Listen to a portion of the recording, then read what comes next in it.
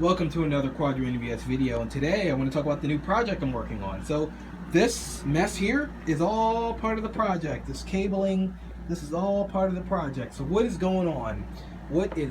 So look at this computer here. That's my computer. That's my gaming rig. That's an FX 8320 with 7970. Yes, that's an old card. 1 terabyte for the games, and 256 gigabyte boot drive. It's an SSD and it works fine. ADATA, really fast. 750 watt power supply, that is definitely needed. Actually, it's not all used, but it's nice to have that space. As much as I love this system, it puts out a generous amount of heat, and when I say generous amount of heat, I'm understating how much heat it puts out. It's a really hot system, and it's a hotter system in the middle of June, in July, in whatever hot months are coming up. It is currently 81 degrees outside, low humidity, but tomorrow I think the humidity is going to be a little bit higher, and the following week it's going to be even higher, which means this room can get up to 105 degrees. Yes, I've measured that temperature. 105 degrees without the air conditioner on. Even with the air conditioner on, it takes a long time for the room to cool down. This room will settle around 85 maybe. Close a couple curtains, maybe you can get it down. But it gets tough with this system in here, running full tilt. So, my plan was to move this computer here.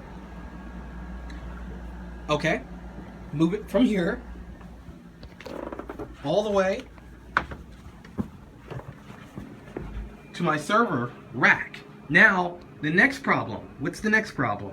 The next problem is sitting the computer on this rack. The computer is too tall. The size of the case and the dimensions, it just doesn't fit here. Okay, I have my hypervisor down there and my printer, which I have to move. I'm actually going to have to rearrange this, unfortunately, but I'm going to have to put all the printers right here. God, I can't even stack them either. I got my HP one down there, which has been a workhorse for way too long. It should be retired. But put my printers here and put my gaming machine probably, well, I don't want it on the bottom shelf. I would like it here. Actually, I'm going to put it right here. It's actually going to be on top of the hypervisor. I don't have to move anything. So how am I going to do that? Well, what I'm going to do, I'm going to probably buy a case similar to this and transfer my components from that case to a case like that. It'll be in a server case. It'll be a 3U or 4U, and I'll be able to just put it down there, and I don't have to really move anything around. This shelf has, it's a busy shelf. Now, the max load is 125 pounds. That server, when it was shipped, it said it was 90 pounds. Take away the box and the packaging, it's probably 80, 81, And then you have this one. That machine is probably about 35 pounds. This printer is a couple pounds. We're maxing it out. We're getting pretty close to that threshold. There's no room for it. But you know what? We're going to test it out anyway. We're actually going to load it up and put my machine there. My machine's about 45 pounds.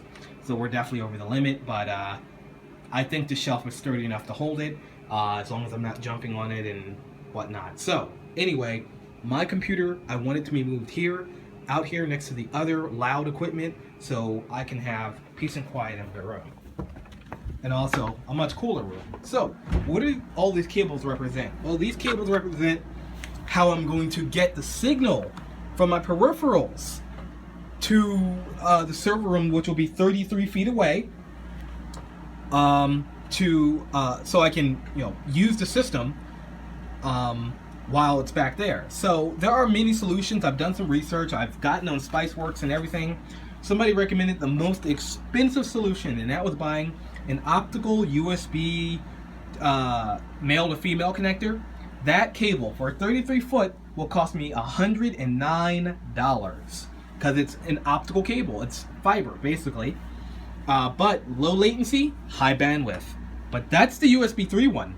Oh, let me tell you about the Thunderbolt one. The Thunderbolt one will probably cost me in the neighborhood of $200 for a 33 foot one. Yes, $200 to $300 for a 33 foot one, depending on where you buy it from. And used, well, you can't find them used. So This computer doesn't have Thunderbolt. Uh-oh, what do I do now? Oh, gotta spend another $68 on a Thunderbolt card. Oh, wow. I'm already in the hole. A bunch of money. So, what I'm going to do, well, what I'm testing now is this wonderful contraption called a 33-foot USB cable.